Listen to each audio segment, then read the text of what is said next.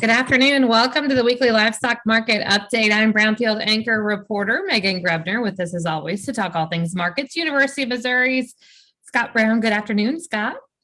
Good afternoon, Megan. It has been a busy week of reports. There's been some really good news on the beef side, and we're going to talk about all of that coming up. But to kick things off, let's recap what happened this week in the markets. On the cattle side this week, those live cattle prices were 40 cents higher on the week. That actually puts them nearly $23.50 above where they were a year ago at this time. Feeder cattle markets were steady this week. On the futures side, the April live cattle futures contract was down 50 cents, and the April feeder cattle contract was down $1.75. Part of that weakness in feeder cattle was what was a May corn futures that was up 12.5 cents this week.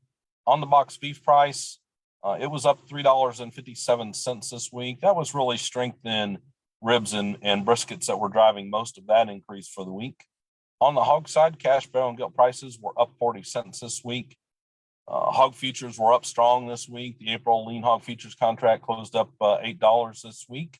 The pork cutout value also gained strength this week, up 3 1/4. Both hams and bellies were higher this week. When we look at this strength on the hog side of things, there really has been some big movements this week. What are some of the driving factors that we're watching behind these sharp gains on the hog side of things? Well, I think one of the things that we continue to see is hog slaughter numbers that continue to suggest we're running a lot tighter than maybe we would have anticipated. So fewer pork supplies. It's amazing some of the price strength that we can see, and I think that's had a lot to do with just where we've been in terms of especially those futures prices. And we'll see much more. We'll find out much more about that next week with quarterly hogs and pigs report that comes out on Wednesday. We're starting to take a closer look at those slaughter numbers again. How do they look for this week, Scott? Yeah, so for the week ending March 26, USDA tells us a run of 659,000 head of cattle this week. That's 15,000 head above where we were a week ago and 10,000 head above where we were a year ago. On the pork side, a run of 2.419 million head of hogs this week. That's down slightly, down 11,000 from a week ago, but down 128,000 from where we were a year ago. Year to date, cattle slaughter is basically unchanged, and hog slaughter down 7% year to date. Scott, let's talk reports, cold storage, first one out this week. As we take a look at those numbers, a little bit different than we would normally see this time of year.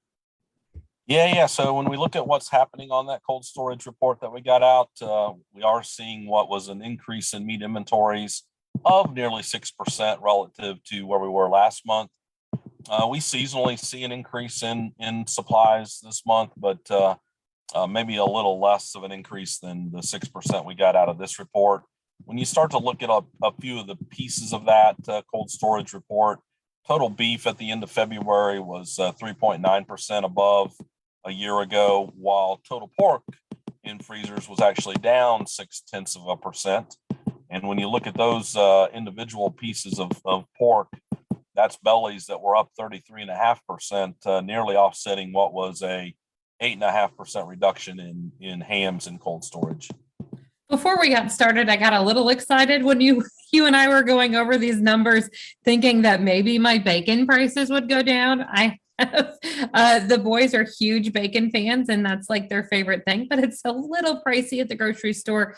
Maybe not so much. Yeah, so I say I don't expect you're going to find folks on the street corner providing you free bacon anytime soon, Megan. But that has a lot to do with just a reminder of belly stocks here. You know, in 2021 we had just 37.5 million pounds of bellies in storage. It increased to 50.1, so a big percentage increase, but in absolute terms that's still fairly small. So I don't expect a big change in bacon prices, at least here in the short run. I'll start passing a collection plate to offset my bacon expenditures every week at the grocery store. I will do my best to send you a few dollars to get a little more bacon for your kids. All right, I'm just kidding. Like, in all things joking. All right, let's talk livestock slaughter numbers. As we take a look at that, we're seeing some increases in production. Yeah, that's right. So if we look at beef production in particular is the one that's up 6.9% was what we got out of the report for February of 22 relative to a year ago. When you start looking at the components, so cattle slaughter up 6.5%, and then dressed weights for cattle up 0.4% gives us that 6.9 in production. When you look at year to date now, beef production up 2.3%. The piece of that slaughter that really sticks out to me is beef cow slaughter up 25.8% in February of this year relative to a year ago. We can keep using the L word to describe the beef cow inventory liquidation. That is, even year to date, beef cow slaughter 18.3% above year ago levels. We can't do that forever, and we have to remind ourselves that the day of reckoning of less beef supply still comes, even though we can only slaughter from the cow herd for so long before that catches us. On the pork side, pork production down 4.3% in February relative to a year ago. That's total hog slaughter down 4.6%, yet hog dressed weights up 0.5%. And year to date, pork production down 6.2%. So much different situation from pork to beef. I have a couple of questions as we take a look at these numbers. You mentioned liquidation. We're talking contraction. With where cattle prices are, does that at some point start to create a shift? Or how concerning are these input prices maybe to slow that turnaround? Yeah, so I think input costs are part of the reason why we're not seeing really any interest. I think dry weather in some parts of the country certainly affecting interest in trying to expand the herds. Sometimes I believe there's and I sometimes use soybeans when I have this discussion. I think some cow-calf producers have figured out plowing up that pasture and planting some soybeans when they're greater than $15 a bushel might make sense relative to the cow-calf industry. So I think a lot of things going on that will keep us in check, but I expect at some point we're going to slow this contraction, and that'll tighten up beef production pretty quickly once that happens. All right. On feed numbers, the big one today. Let's start with cattle on feed first, and then let's talk placements in February. Yeah, so March 1, cattle on feed came in at 101.4.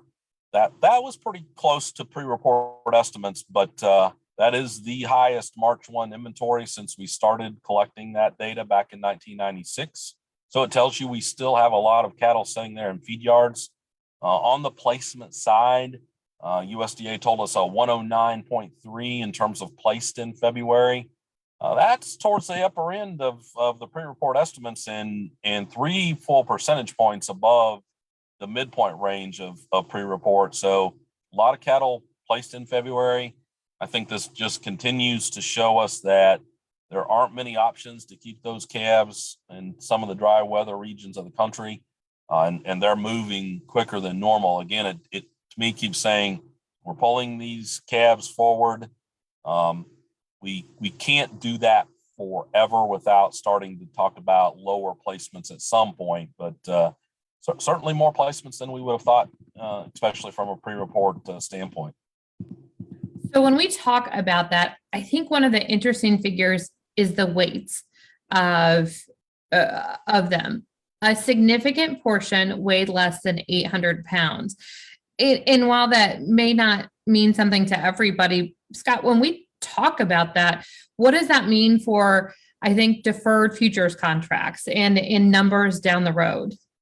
Yeah, so I do think it can weigh a little bit on us here in those deferred contracts.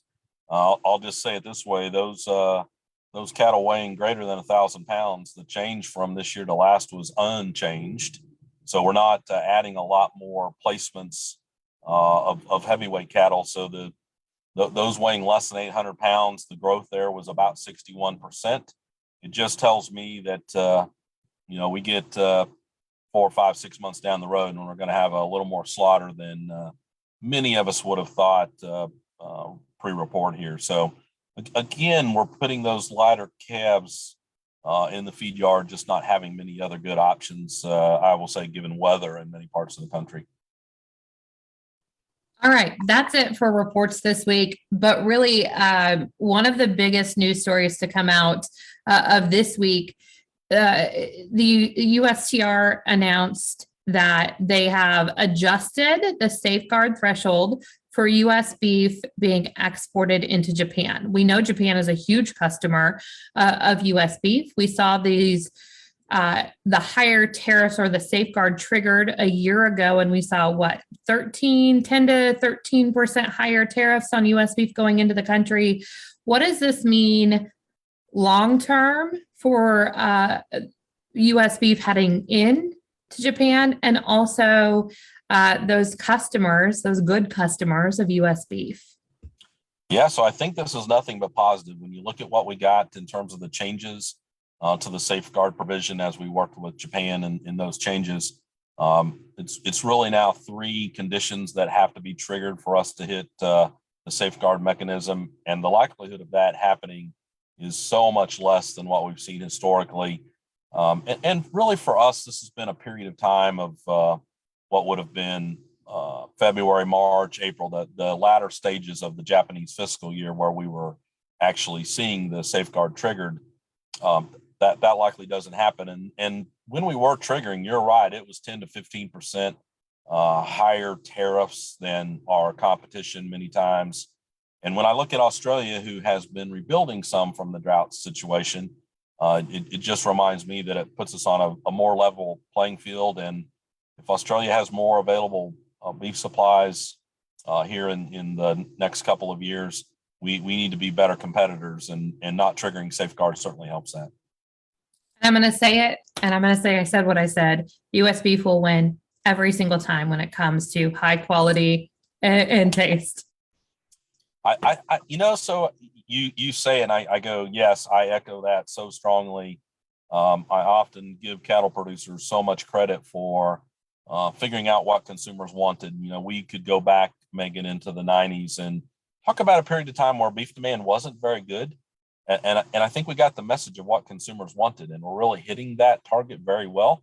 And now all of a sudden it's the international side as well that is saying no one in the world produces the kind of quality and taste in terms of beef supplies that we can get from the United States. So I think the really cool part about this, and I'll say this before I let you go and we wrap up today, is it's not just the really good stuff that we love. It's the stuff that it's the value added stuff that makes our carcass value that much more valuable here in the U.S. So tongues, short plates, those types of things going into Japan. Amen. We're really learning how to maximize the value out of that carcass. And instead of having things that we might throw away or have rendered, we're getting every penny out of those carcasses that we can. And a lot of times that is exporting the products we don't think have a lot of value outside the United States. I will tell you, though, I will take a beef tongue any day of the week and 10 times on Sunday and throw it on the grill and make some tacos. Just saying. There you go. All right. Looking ahead to next week, another big week for us. That's right. We get hogs and pigs out midweek, Megan. It'll be interesting to see what's happening in terms of the sow herd in this country. We also get prospective plantings, if I can say that out loud. So we can get a taste of what corn and soybean acres look like for the coming year, and also get restaurant performance index and a jobs report. All right, buckle in. It'll be another crazy week. That's right. All right, Scott, great to see you. We'll talk to you next Friday. Take care, Megan. To have our weekly livestock market update delivered to your email box every Saturday morning at brownfieldagnews.com. You can also submit questions and comments there as well. And for all the great podcast material as you are firing up the tractor and getting ready to spend some quality time in the field, go to brownfieldagnews.com/podcast. Have a great weekend. Happy official spring, and enjoy some baseball season that's coming up too. I'm Megan Grebner for Brownfield.